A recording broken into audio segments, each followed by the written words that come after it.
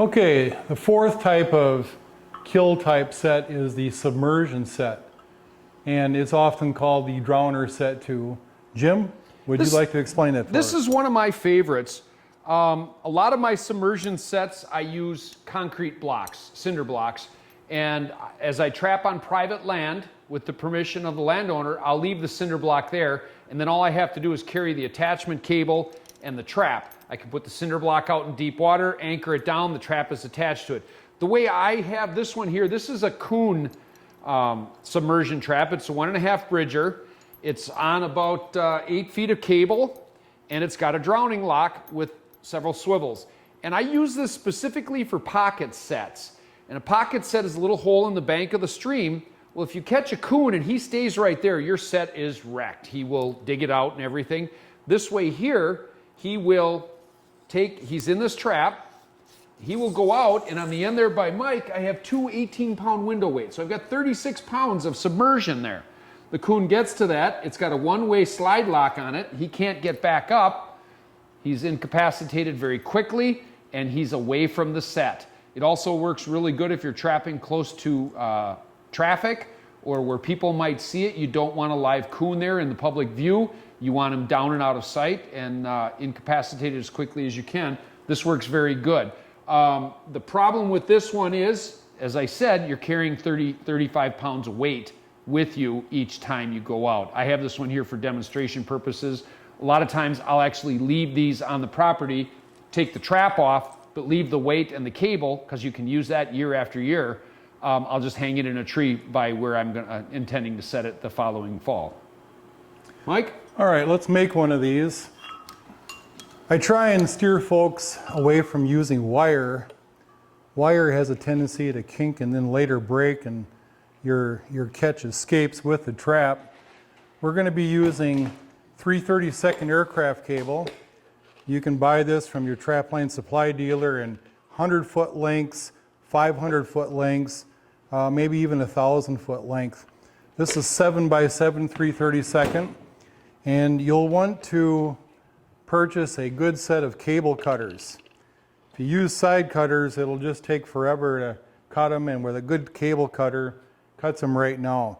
So here is a finished drowner system that I've made for just demonstration purposes, and as Jim pointed out, we've got that drowner lock on there. It can only slide one way and not come back the other way. And I also make use of S-links.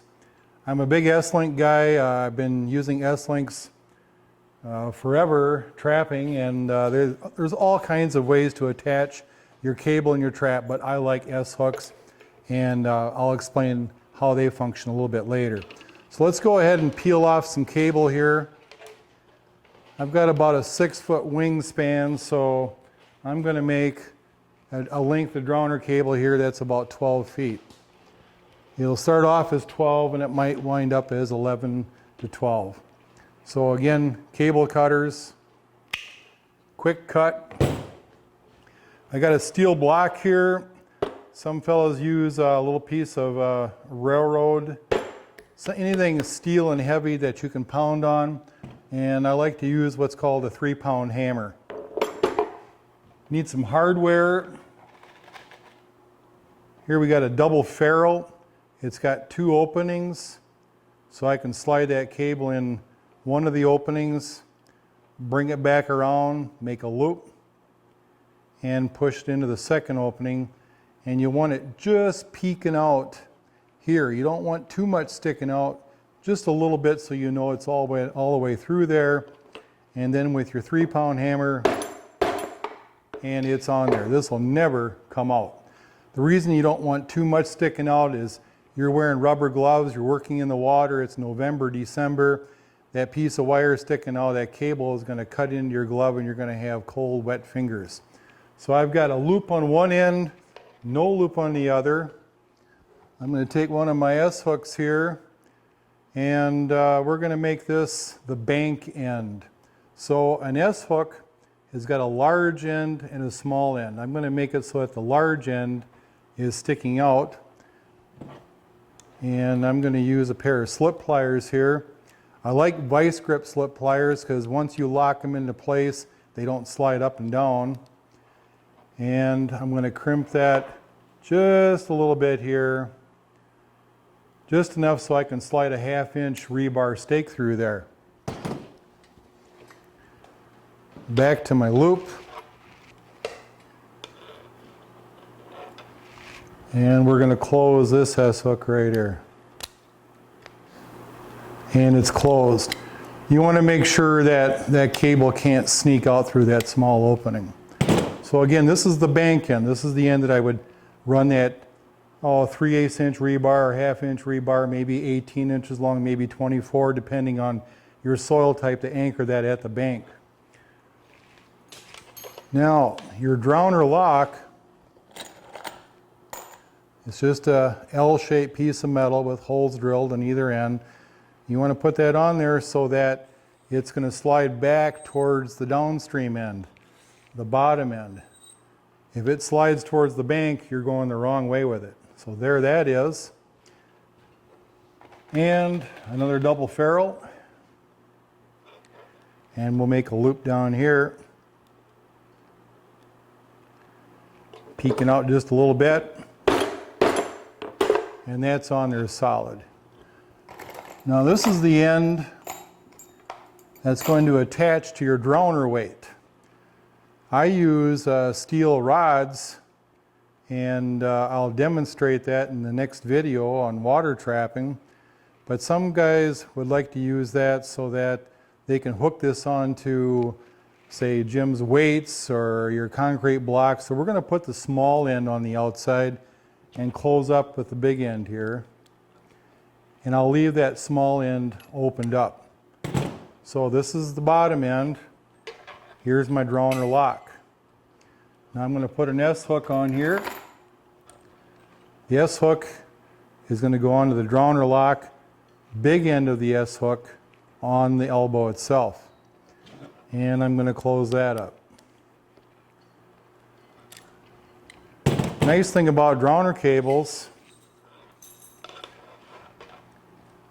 you can just go ahead and coil these up, find what the memory of the cable is doing,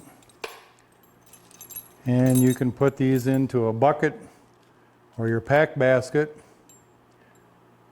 and that will serve you well. It looks like my S-hook fell off the other end. So I'm going to go ahead and put another one back on there and close it up for the stake.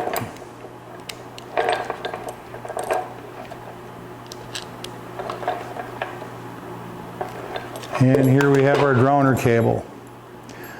Now I'm going to show you something in the water trapping video, and I'm going to explain about stopping your drowner cable before it gets to the terminal end.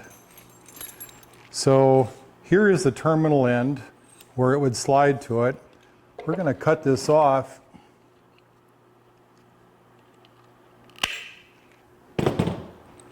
And I'm going to come out about this far, and I'm going to put a stop on here. The stop is kind of like a single ferrule. Slide that on there and pound it down.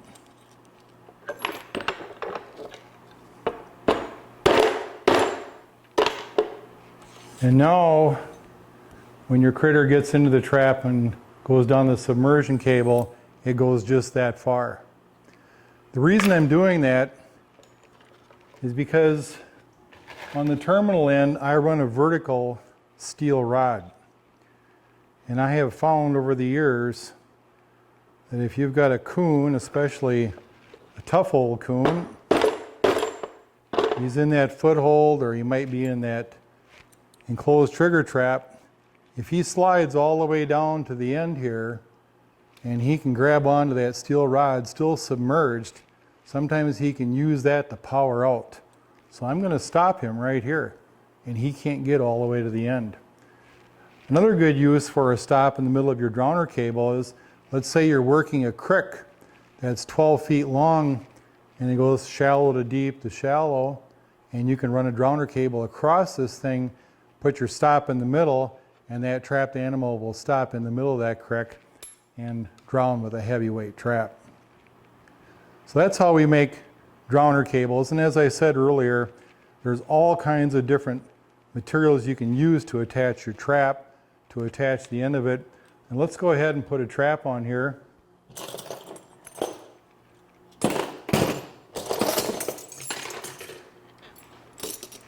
a real simple process. Run that through the swivel and close it up.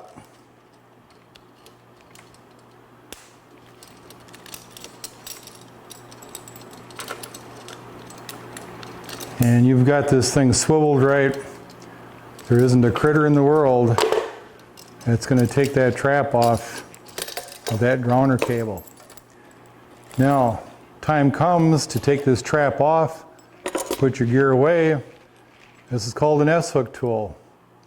It's got one set of pliers on the end for closing S-hooks. It's got two sets of ears. Stick that ear in that S-hook and squeeze gently. That's the key, to squeeze gently. And you can gently open that. It'll open up that S-hook and you can take it off. You can use that same tool to put it back on there. And you can do that many, many times and that S-hook will not weaken. So that's a submersion system using a drowner cable. Again, that's 3/32 7x7.